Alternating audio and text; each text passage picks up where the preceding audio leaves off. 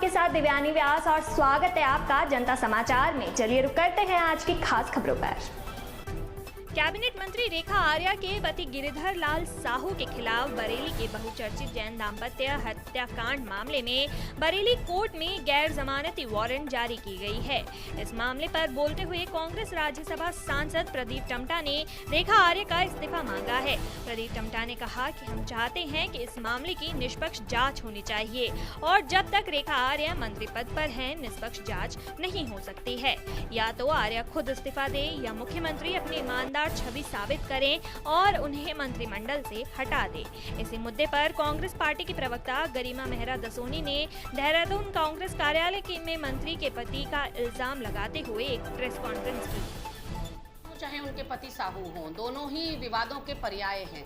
आज पहली बार नहीं है कि साहू किसी विवाद में घिरते हुए नजर आ रहे हैं। इससे पहले भी किडनी कांड जैसा बहुत बड़ा गंभीर आरोप किडनी चोरी वाला उन पर लगा था और उस वक्त मुझे याद है रेखा आर्या जी का बयान जो उन्होंने कहा था कि मैं राजनीति छोड़ दूंगी यदि मेरे पति के ऊपर आरोप सिद्ध हो गए। और आज चोरी ऊपर से सीना चोरी। एक तरफ इतना बड़ा आरोप, मर्डर का गंभीर आरोप जिसमें नॉन अवेलेबल वारंट जारी कर दिया यूपी पुलिस ने आपके पति के खिलाफ, और आप हैं कि हरीश रावत जी को कटघरे में खड़ा कर रही हैं। आप उनके रिटायरमेंट का इंतजार कर रही हैं। ये बताता है कि रेखा आर्या और भाजपाई हरीश रावत जी के नाम से कितना खौफ खाते हैं। सुबह से लेकर शाम तक सिर्फ हरीश रावत के ही सपने भाजपाइयों को आते हैं और कहीं ना कहीं ये निर्णय रावत जी का होना चाहिए कि वो रिटायरमेंट राजनीति से कब लेना चाहते, कब नहीं लेना चाहते। लेकिन रेखा आर्या जी से मैं ये जरूर कहना चाहती हूँ कि आप जिस तरह से अपने पति को बचाने की कोशिश कर रही हैं, सत्य कभी छुपता नहीं है। और ये शुचिता और अनुशासन, पारदर्शिता की बात करने वाली भाजपाई पार्टी और जिस तरह से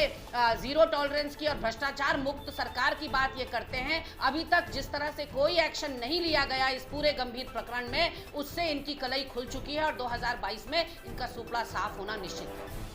हरीश रावत जी तो रिटायरमेंट उनको अगस्त 17 में और मैं बड़ों बात कांग्रेस में खत्म करने की घोषणा कर देंगे उनके रहते। और दूसरी बात ये कि आप लोग बिल्कुल चुप हैं उनके पति वाले मामले में। देखिए, निश्चित तौर पर चुप कहीं से कहीं तक नहीं है कांग्रेस पार्टी, लेकिन क्या करें, ये प्रचंड बहुमत की डबल इंजन की सरकार अगर कानों में तेल डालकर और रुई डालकर बैठी है। इतना बड़ा मामला, इतना गंभीर मामला आपकी मंत्री के पति के खिलाफ सामने आया है। कम से कम आप अपने आप को जीरो टॉलरेंस की सरकार कहते हैं तो कुछ करके दिखाइए। अगर जीरो टॉलरेंस की माला आप लोग जपते हैं और जहाँ तक हरीश रावत जी के ऊपर टिप्पणी रेखा आर्या जी के द्वारा की गई है, तो मुझे लगता है आसमान में थूको तो अपने ऊपर ही थूक गिरता है। आखिर इतना खौफ क्यों खाई हुई है भाजपा माननीय हरीश रावत जी के नाम से?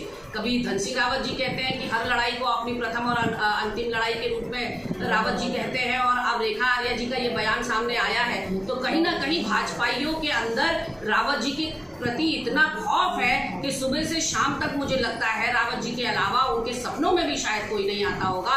और रेखा आर्या जी से मैं कहना चाहती हूँ, आपका वो बयान हमें अभी भी याद है जिसमें आपने कहा था मेरे पति के ऊपर आरोप सिद्ध हो गए तो मैं इस्तीफा दे दूंगी अपने पद से। अब क्यों नहीं आप पेशकश करती हैं अपने इस्तीफे की? और मैं भाजपा के लोगों से कहना चाहती हूँ कि आप जो मैसेज दे रहे हैं, जिस तरह से आप कल्प्रिट्स को बचाने की कोशिश कर रहे हैं, जिस तरह से आरोपियों को आप संरक्षण दे रहे हैं, उससे आपका 22 में सूपड़ा साफ होना निश्चित है।